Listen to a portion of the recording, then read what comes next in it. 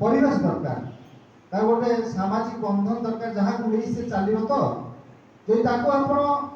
फांका समय ठाकुर कार्य लगे देले ता भितरे अन्यान्य कथा पशिबनी आ जे ठाकुर कार्य न लगेले पाठ पढुची पाठ पढ़ा दरकार एबे से ठाकुर काम करि परिबनी समय नाही जेतो पाठ पढ़िबो मनीष हो से करिवो मनीष हैला चाकरी कला पिला छुआनी बाहर रहिला से आ से तो सुनिलानी बापा मां कथा चाकरी रिटायर कला आचार्य कहउसंती बहुत भाई भाबंती जे रिटायरमेंट सरू ठाकुर काम मु करी रिटायरमेंट सर परे देखिले जे एई थर कॉन्फ्रेंस लास्ट कॉन्फ्रेंस कहउतले जे रिटायरमेंट सरला जदि ठाकुर कर्मी थाती कोन कोन सत्संग अछि लिस्ट आउट हो सत्संग भी ठाकुर काम मन मन भाबी नियंती सत्संग वाले आज एठी सत्संग अछि केतळ सरिबो पुनी आउ आ पर सत्संग ता कोउठी अछि दिनु तीनटा सत्संग आसे कि ठाकुर काम किछ होनथिबो तो पिला मान को इष्ट कर्म लगेबा कोले सबठार सहज सरल उपाय ला डिपिवा लागिबे किंतु पिला ए अविनाश सर कहउतला जे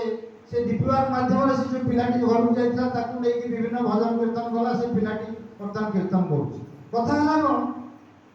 डिपिवार केते सहज काम जे आपण माने जतो निजे जिबे पिला मान संगे धर के जिबे ता द्वारा कोन पिलाटी आपण संगे गला विभिन्न कथा सुनिला मिसिला जानिला विभिन्न गुरु भाई को घरे देखिला समान को चलनी आचरण सब शिखिला देखिबे तापर आसीले से तार पाठ पढला ताको फ्री टाइम मिललानी तो माने दुष्ट संगत करिया तो एटा हला कथा आपण माने समस्ते पुओ हो झियो हो ताको डिपिवार के लगा दो आपण भाबुते एतो कि पिला काम करना करू सुंदे आज्ञा आपण जेतोले जने पडिसा घर को जिबे एई जेतोले आसे चेष्टा कर डिपिवार करबा पे किछि दिन करे किछि दिन करि पारे ना जेतोले जिबे श्री अरविंद कहउसंती जे आपण चाटा घरे पीबे बा माने जिबे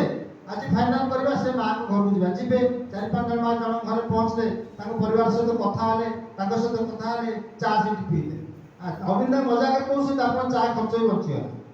तो ए बडी भाबरे प्रत्येक सहित गोटे माने संपर्क करि उठिबा डिपिवार माध्यम रे तेनो डिपिवारटा निहाती करिवे प्रति घर को जिबे निर्लज निर्भीक मो निर्लज काई कहले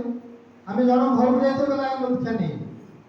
अच्छा नहीं न ठीक अछि आमे तो संगे कथा मिसिया भितर ताकर गोटे रोग जना पड़ला जोड़ा से चिकित्सा कर पाउना डाक्टर जोगाजोग कर से लोग ठीक हे उठला तापर गला हां आज्ञा दीक्षा नैछि किंतु जो बारंबार अनुष्ठान मान करा होछि इष्टमित्रा करे जे किंतु अनुष्ठान मो अफोर्ड करि पाउनी मो हमें एसो बड़ बड़िया कथा आमे एते पारिबो प्रति 2 मास 3 मास रे अध्याय दियो सेहि में आज्ञा मो लुचि के रहउतली तो से लोगटी धीरे धीरे ठाकुर को उद्बोध है इष्टमित्र आरंभ कला तो प्रत्येकंकर भल पाइबा ठाकुर प्रति अछि किंतु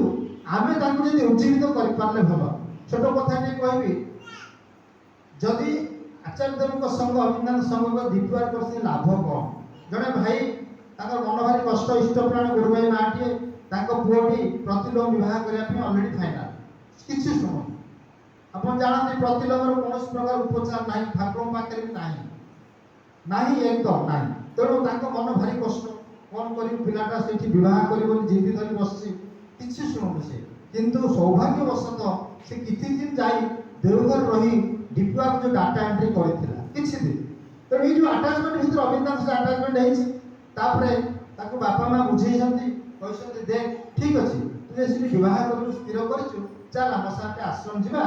दादा पा निवेदन करिबा से दादा जहा कोनती सेटा करिबा से राजी छी आश्रम जाईछी आश्रम जाईकरी आचार्य देव का दर्शन प्रणाम हेई पारि निवेदन हेई पारि बहुत भीड़ समय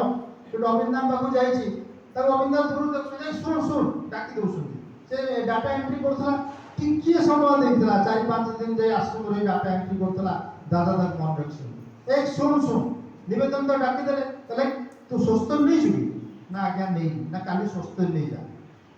अभिनंदन करूछंती सिया मना करि पारलानी काली स्वस्थ भी रेडी गला स्वस्थ नहीं गला स्वस्थ नेला परे ता गर्लफ्रेंड फोन आसुची बारंबार से उठे पर नथला एबे फोनटा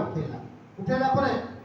ता गर्लफ्रेंड फोन करूची आ कोन तुम अच्छा मो 3-4 दिन ला फोन करते उठौनो घटना कोन तमे मते रेस्पोंड करनो फोन करनो ना हम आश्रम पळे आसी आ सेथि उठै पारिनी ना आश्रम जे कोन करछो ना एठी मो स्वस्ति ना जी नहीं ना कोन नहीं गलो ना का स्वस्ति मो स्वस्ति पर नहीं गली तो स्वस्ति ना कोन ता जे माने युवती बंधु ଯାହାକୁ ସେ ଭଲ ପାଇ ବାହା ହେବ ବୋଲି ଫାଇନାଲ କରିଛି। ସ୍ୱସ୍ତିଟା କ'ଣ ସେ ପଚାରୁଛି ନା ଏମିତି ପିଆଜ ରସୁଣ ମାଛ ମାଛ ଖାଇବିନି, କାହା ଘରେ ଖାଇବିନି, କାହା ହାତରୁ ଅନ୍ନ ଖାଇବିନି, ନାମ ଧାନ ପ୍ରାର୍ଥନା ଇଷ୍ଟ ସବୁବେଳେ କରିବି, ଠାକୁରଙ୍କର ଯେଉଁ ଅଛି ପଞ୍ଚନୀତି ପାଳନ କରିବି, ଏ ଯେତେବେଳେ କହିଛି ସିଏ ପୁରା ଉତ୍କ୍ଷିପ୍ତ। ଏତେ ଭାବରେ ସେ ରାଗି ଯାଇଛି, ତା ସାଙ୍ଗରେ ଘଣ୍ଟା ଘଣ୍ଟା ଧରି ଏଭଳି ତାକୁ ତିରସ୍କାର କରିଛି ସେ ଛୋଟ ପିଲାଟାକୁ। ଆଉ ତା ବାପା ମା ଦେଖୁଛନ୍ତି କାନ୍ଦୁଛି। ଆରେ କାନ୍ଦୁଛୁ କାହିଁକି ନା ସେ ପିଲା ଫୋନ କରି ମୋତେ ଗାଳି ଦେଉଛି। ମୋତେ ନ ପଚାରେ ସ୍ୱସ୍ତିରେ ନେଲେ, ଆଶ୍ରମ ପଳେଇଲ, ସ୍ୱସ୍ତିରେ ନେଲେ ମୁଁ ଚଳିବି କେମିତି ତୁମ ପାଖରେ, ତୁମର ମୋର ସମ୍ପର୍କ ଆଜିଠୁ କଟିଲା। ଚିନ୍ତା କରନ୍ତୁ, କିଛି ଦିନ ଯାଏଁ ଡିପ୍ଲୋଏଡ୍ କରିଥିଲା, କେଡ଼େ ବଡ଼ ଗ୍ରହ ନିଷ୍ଠରୁ ତାର କଟିଗଲା ଜୀବନଟା, ସେ ରାସ୍ତାକୁ ପଳେଇ ଆସିଲା। ତାକୁ କିଛି ପଚାର ନାହିଁ, ତମକୁ ସେ ନିବେଦନ କରିନି, ତାକୁ ପଚାରୁଛନ୍ତି ତୁ ତାକୁ ସ୍ୱସ୍ତିରେ ନେ, ଭଲ ପାଉଥିଲା ଦାଦାଙ୍କୁ ସ୍ୱସ୍ତିରେ ନେଇଗଲା। ସ୍ୱସ୍ତିରେ ନେଲା ପରେ ଅନିଷ୍ଟଟା ଧୀରେ ଧୀରେ ତାଠୁ ଦୂରେଇ ଗଲା, କାରଣ ସେ ଡିପ୍ଲୋଏଡ୍ କରୁଥିଲା। ଦାଦା ତାକୁ ଜାଣିଥିଲେ, ଦାଦା ପାଖକୁ ସେ ଯାଉଥିଲା। ଚିନ୍ତା କରନ୍ତୁ, ଆମର ଯେ ଅନିଷ୍ଟଟା କୋଉଠି ଅଛି ଆମେ ଆଜ୍ଞା ଜାଣେ ନା। ଆମେ ଇଷ୍ଟକୁ ଧରିକି ଯିବା, ଅନିଷ୍ଟ ଆପେ ଆପେ ଦୂରେଇ ଯିବ। ମୁଁ ବିଶେଷ କିଛି କହୁନି, ଆପଣ ଯାହା ଦାଦା କହୁଥିଲେ ଡିପ୍ଲୋଏଡ୍ ମାନେ ଡିପ୍ଲୋଏଡ୍। ପ୍ରତି ଘରକୁ ଯିବେ, ଭଲ ମନ୍ଦ କିଛି ଇଷ୍ଟପତି ନାମ ନା କିଛି କହିବେ, ତାଙ୍କ ସାଙ୍ଗରେ ନିଜର ସମ୍ପର୍କଟା ବଢ଼େଇବେ। ସେମାନେ ଜାଣିବେ ଯେ ମଣିଷଟା ମୋ ପାଇଁ ଆସିଛି, ଆଉ କିଛି ଆସିନି, ମୋରି ପାଇଁ ଆସିଛି, ମୋ ଭଲ ମନ୍ଦ ବୁଝିଲା। ଥରେ ସେ ରେସ୍ପଣ୍ଡ ନ କରିପାରେ, ଦ୍ୱିତୀୟ ଥର ଯିବେ, ଦ୍ୱିତୀୟ ଥର ରେସ୍ପଣ୍ଡ କଲା, ତୃତୀୟ ଥର ଯିବେ। ବାରମ୍ବାର ଯେତେବେଳେ ସେ ଜାଣିବ ଏଇ ମଣିଷଟା ଆସୁଛି ମୋ ପାଖକୁ, କିଛି କହୁନି, ମୋରି ଭଲ କଥା ପଚାରୁଛି, ପିଲାଙ୍କ କଥା ପଚାରୁଛି, ମୋର ଦେହ ମୁଣ୍ଡ କଥା ପଚାରୁଛି, ଚା ଟିକେ ପାଣି ଟିକେ ଦେଲେ ପିଇ ଦେଉଛି, ପଳଉଛି, କ'ଣ ତାର ଇଚ୍ଛା। ଧୀରେ ଧୀରେ ସେ ମଣିଷଟା ନିଜର ହୋଇ ଉଠିବ, ତାପରେ ଠାକୁରଙ୍କ ହୋଇ ଉଠିବ। ସର୍ବସ୍ୱ ସେ ବିଜୟ ଭାଇ ତାଙ୍କ ପରିବାରକୁ, ଏଠାରେ ଉପସ୍ଥିତ ଅନୁପସ୍ଥିତ ସମସ୍ତଙ୍କ ମଙ୍ଗଳ କାମନା କରୁଛି। ଜୟ ଗୁରୁ।